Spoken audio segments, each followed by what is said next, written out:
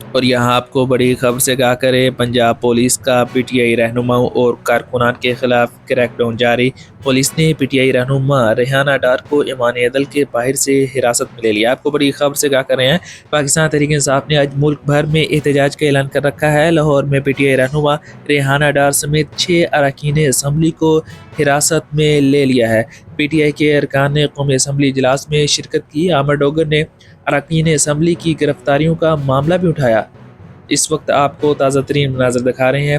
ریحانہ ڈار کو پنجاب پولیس نے گرفتار کر لیا ہے۔ پاکستان تحریک انصاف نے آج ملک بھر میں احتجاج کا اعلان کر رکھا ہے، جبکہ پنجاب پولیس کا پی ٹی آئی رہنماؤں اور کارکنان کے خلاف کریک ڈاؤن جاری ہے۔ پولیس نے پی ٹی آئی رہنما ریحانہ ڈار کو ایوان عدل کے باہر سے گرفتار کر لیا ہے۔ آپ کو تازہ ترین خبر سے آگاہ کر رہے ہیں، ریحانہ ڈار سمیت 6 اراکین اسمبلی کو پولیس نے حراست میں لے لیا ہے۔